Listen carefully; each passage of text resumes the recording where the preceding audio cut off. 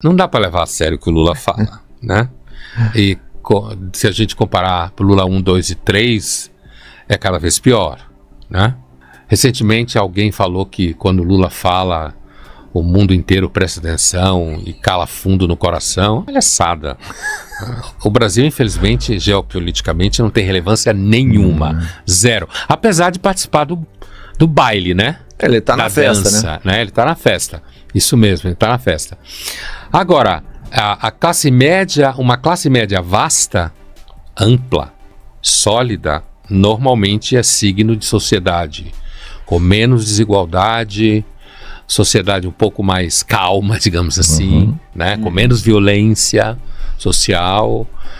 E então dá para dizer que sim, a classe média é normalmente o signo de que aquela sociedade X, é o caso da Europa, que eu estava descrevendo, Europa Ocidental. É o caso dos Estados Unidos, não com o estado de bem-estar social, mas é uma riqueza bestial. Né? Um modo... Veja, você não vê americano tentando entrar em nenhum país da América Latina ilegalmente. Só vê o contrário. Apesar de um monte de gente ficar falando mal dos Estados Unidos, né? Agora, esse fato específico aqui, que é muito comum, muita gente, inclusive intelectuais, falarem mal da classe média, é porque muitas vezes a classe média não vota neles, certo? E aí começa a se falar mal da classe média, sempre numa lógica de tentar jogar a população pobre contra a classe média. Porque os ricos sempre estão bem de vida. Tanto que você tem muita gente rica no Brasil que financia a gente da esquerda. Não vou citar nenhum nome aqui, mas financia dos dois lados, né? O rico é financiado, é o que você falou. O rico, ele nunca tá com um problema. Não, ele tá acima. Ele tá acima. Tanto é que, ao contrário do que o Marx falou, são os muito ricos que são cosmopolitas. Passaporte europeu, fácil, dinheiro, viagem, dinheiro aqui, dinheiro acolá, patrimônio aqui, patrimônio acolá. Cidadania. Falam línguas, os filhos aprendem a falar línguas estrangeiras, né? E, então, portanto, como eu estava dizendo, aqui no Brasil você tem toda uma gama de grupos muito milionários que financiam pesadamente a esquerda na cultura, na arte. Todo mundo que conhece o ramo sabe disso. Sim. Então, assim, a ideia de que existe um conflito entre o PT e os muito ricos não é exatamente verdade, tanto que o PT está no poder há muito tempo e muita gente ficou mais rica do que era durante o governo petista. O ódio mesmo à classe média é porque a classe média, ela normalmente vota pensando em que regime ou que candidato ou candidatos podem fazer com que a vida dele ou dela seja menos ruim. Que ele consiga... Porque a classe média, coitada, ainda mais no Brasil, que é frágil, hoje a classe média, amanhã pode não ser, né? Sim. Né? Principalmente quando tem inflação, quando tudo fica caro, né? Então, quando aumenta o imposto, cai em cima dela, por exemplo, né? Então, assim, normalmente quando se fala taxar ricos no Brasil, é taxar classe média alta. Exato. Não é... Aqueles estão lá no topo do mundo. Então, e como há algum tempo tem surgido, digamos assim, uma dissociação entre PT ou esquerda em geral e a classe média tem se demonstrado um pouco irracível aos governos do PT, ou investindo em outros candidatos mais abertamente, inclusive com o uso das redes sociais. Então fica essa história de dizer, não é só o Lula, você tem intelectuais de esquerda que falam isso, que odeia a classe média, que a classe média não serve para nada, né? E na realidade o Lula é um líder populista, né? Sim. Líder populista. Já foi, né? Acho que hoje nem isso mais. Não, tá em fim de carreira, mas tá em fim de carreira, né? Mas a gente não sabe o que vai acontecer ano que vem. É por isso que as utopias políticas até hoje deram com os burros na água, né? Dizendo que ia transformar o homem, o socialismo soviético, ia nascer um novo homem, né? Que não teria nem ciúmes. Não teria ciúmes, eles falam isso? Não, a ideia não, que não teria ciúmes no sentido, no sentido de que não teria uma ambição, impulso de posse, entende? Porque o ciúme seria derivado da posse. Então você sente que a pessoa é sua posse, entendeu? Por isso que ele não fala que não tem ciúme, diz que não tem, eles não falam isso, mas eles falam que o novo homem não teria o impulso de ter propriedade. Eu já ouvi falar que o conceito de propriedade é algo muito novo, assim, que tipo, há 500 anos depois de Cristo, a gente não tinha um conceito assim de meu. Era algo mais relacionado à posse, que é até uma palavra nova isso daí. Olha, eu acho que propriedade privada, no sentido que a gente tem hoje, que você ganha com o seu trabalho, em tese, né? Como diz o Locke, contratualista, criador do pensamento liberal, no século XVII, John Locke, e que, portanto, ele fala que o trabalho é sagrado e a propriedade privada compreendida como sua casa, ou sua terra, ou seu corpo também, né? Suas ideias, suas crenças religiosas, e que o direito a tê-los é fruto do trabalho, então ele, de certa forma, glorifica o trabalho como critério através do qual você tem coisas.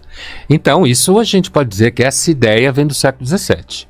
Agora, a ideia que não existia posse, Roma possuía toda a bacia mediterrânea, né? Verdade. A aristocracia romana possuía terras, né? Ao longo da Idade Média inteira, os nobres possuíam feudos, né? É claro que isso era uma coisa, nesse caso, de herança, né? De sangue.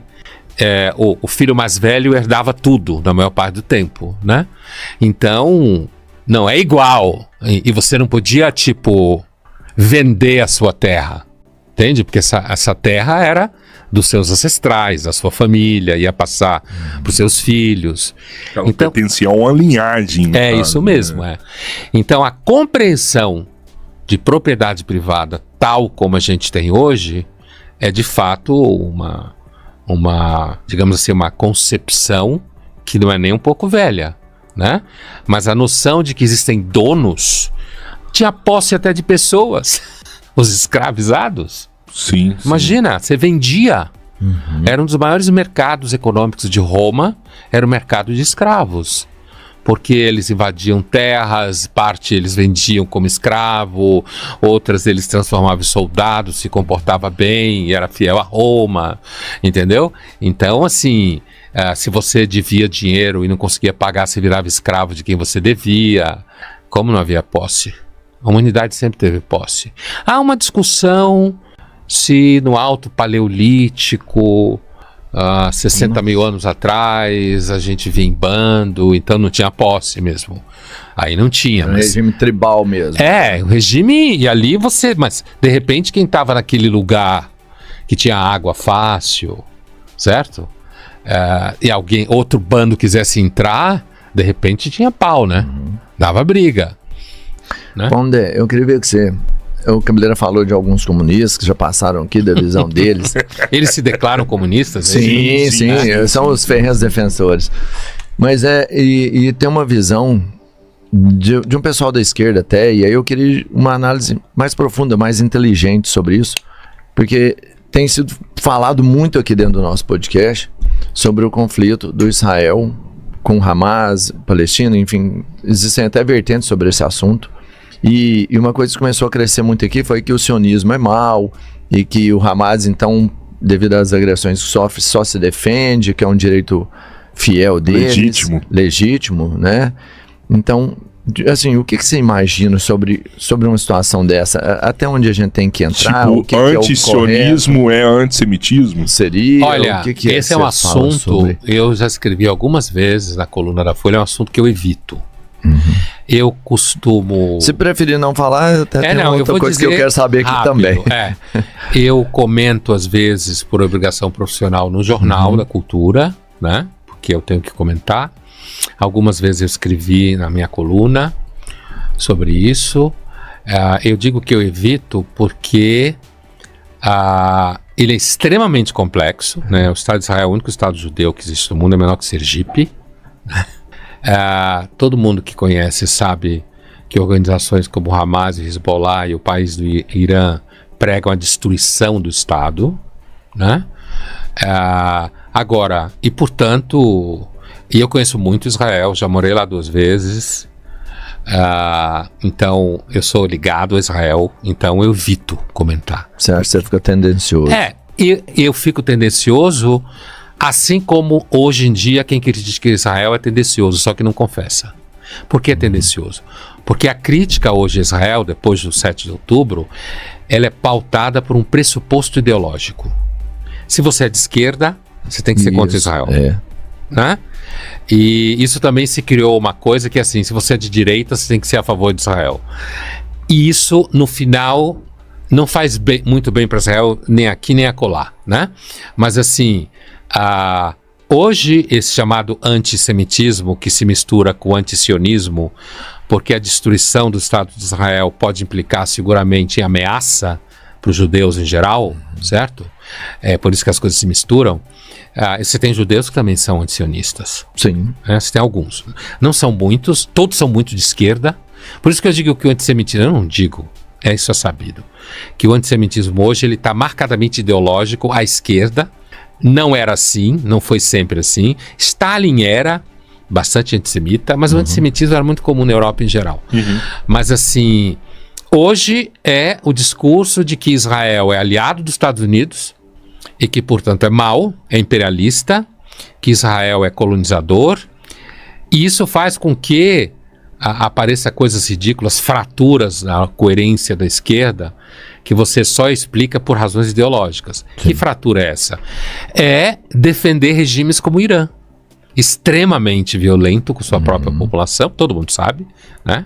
Muito longe de qualquer noção de direito, do caso de mulheres, população LGBT, coisa geral assim, e que a esquerda acaba defendendo, como se você estivesse defendendo um regime, né? Não é o país inteiro, mas um regime específico que, na verdade, na região, se sabe, alimenta, faz guerra by proxy, como falam os americanos, por procuração, contra Israel, os Houthis no Iêmen, Hezbollah no sul do Líbano, Hamas na faixa de Gaza. Então, a discussão é bem complicada. Sim. É bem complicada.